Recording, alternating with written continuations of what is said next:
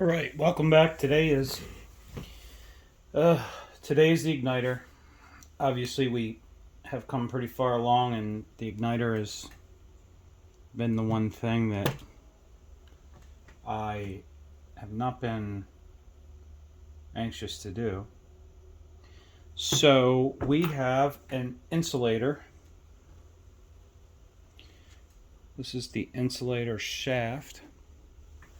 Let's see if we can zoom in. So this is the insulator shaft. We have a piece of plastic that's going to slide on like this, go through. It'll have a small washer on the outside of it with a brass washer on top, and then a wire holder for the top of the igniter. So,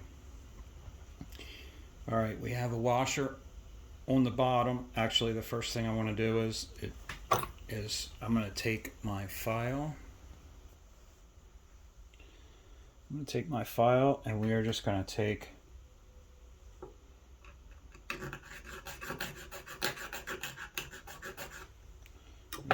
a little bit off of that. All right, and see if it fits better. So we are going to insert our rod with washer. We are going to go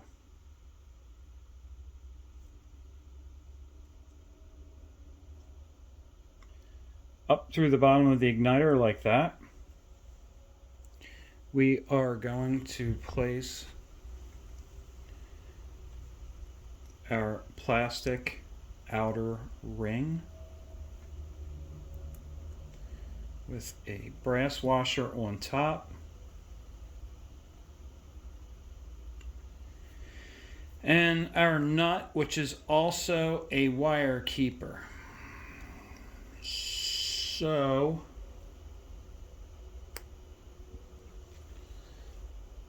that actually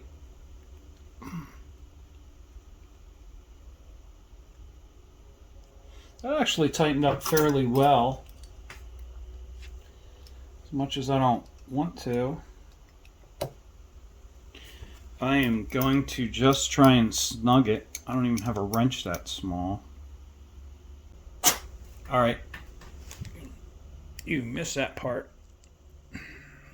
I did the high-tech test, putting my finger over the other hole, put my lips on it and blew just to see if it was airtight. It is. I can move it. I can move it a little bit with my finger, as you see, but it's you know, I don't want to go overboard. It shouldn't be too tight. I already had an issue with this one. I didn't even really get it in there and get it tightened up at all, and the end of it snapped off. You can see that. I don't know. These things are microscopic to begin with. Here's a microscopic cotter pin to give you an idea on size. I snapped it off, and I called Paul, and he explained that I probably had, the inside was too long. Obviously that thread and pin can't take like hardly any pressure at all. So he was kind enough to send me a new one. And we got that in fine. Now we have to install the movable contact, which,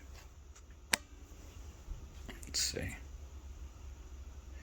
You can see that outer ring right there. We put some valve grinding compound on there, and we just kind of worked it in a little bit. And this, in theory, is going to rest between these two pins and move back and forth as such.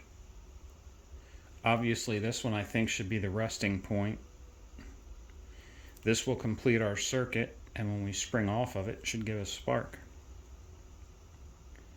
But what do I know? So I have no idea how it goes together, but I have a picture.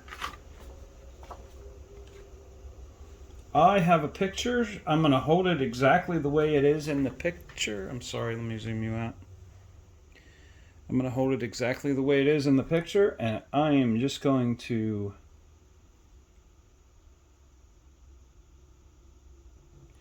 stick some parts on.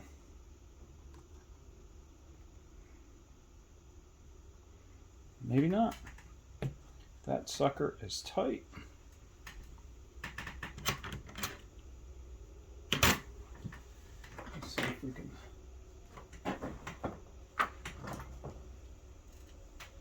See if we can spread that open a little bit.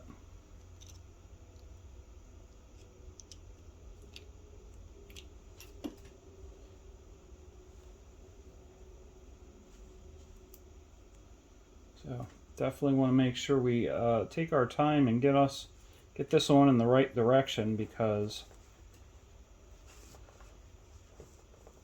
it really does not want to fit.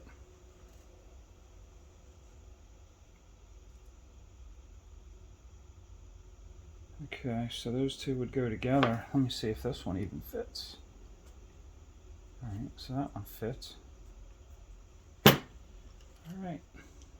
Hopefully that spread it open a little bit.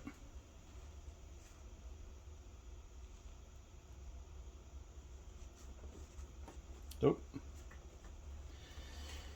Nope, it did not. Alright, actually, it looks like it did, but let me pop you off of here and let me get my file out and see if there's a burr or something inside of this, or if I can open it up a little further, and I'll pick you back up.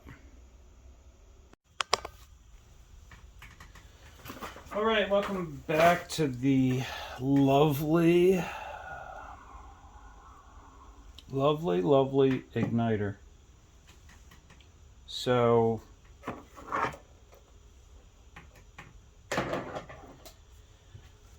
I fought it a little bit, but I got it on.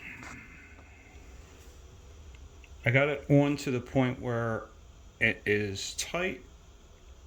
It is in the correct position. We're going to slide the top trip arm on.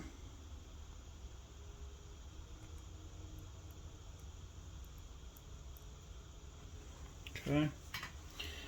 And next we have this spring.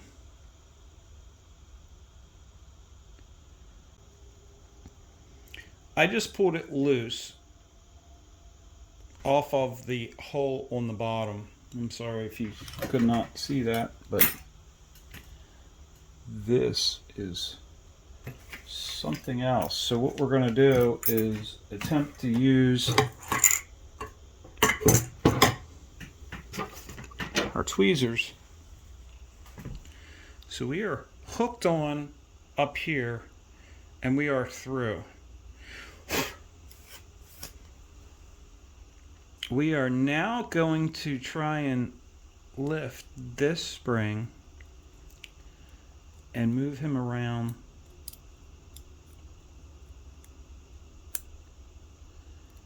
and we got it in the first hole. So now let's see if we can move the igniter.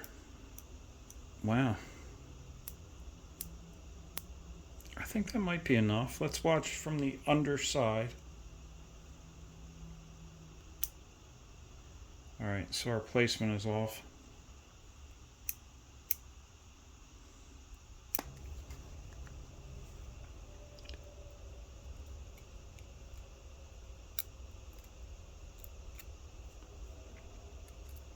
Got it.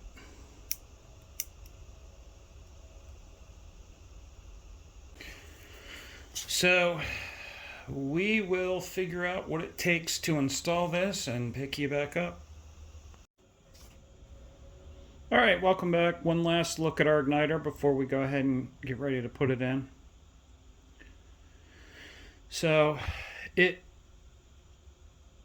is all ready to go. We just need to install some of our lovely gasket material.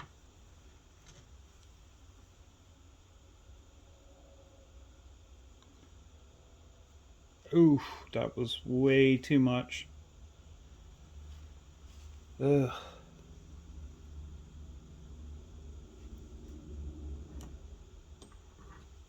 So the good thing with this stuff is it comes off very easily.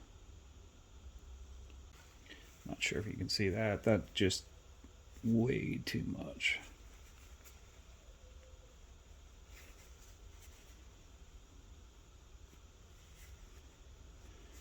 Alright, so I want to try and leave it so there's a little bead all the way around the inside, which there is.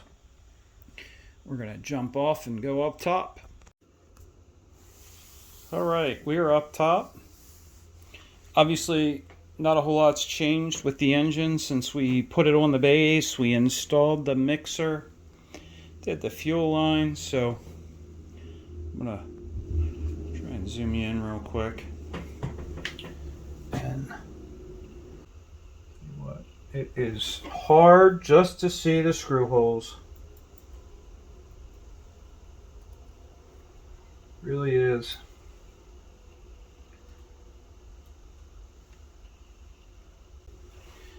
And we are not set up. Let me get my specialty tool out. Sorry if I'm in the way. Alright, specialty tool.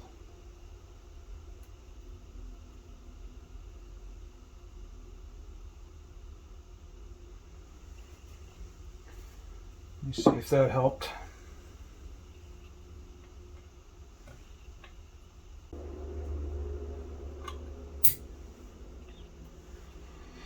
Alright, definitely not the most exciting thing to watch, but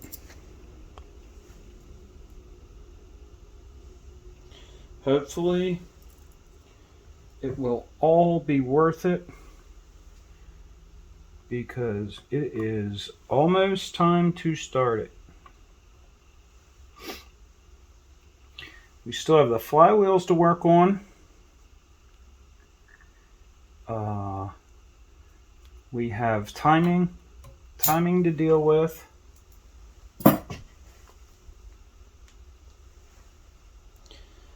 Alright, let's see if I can get a wrench on here.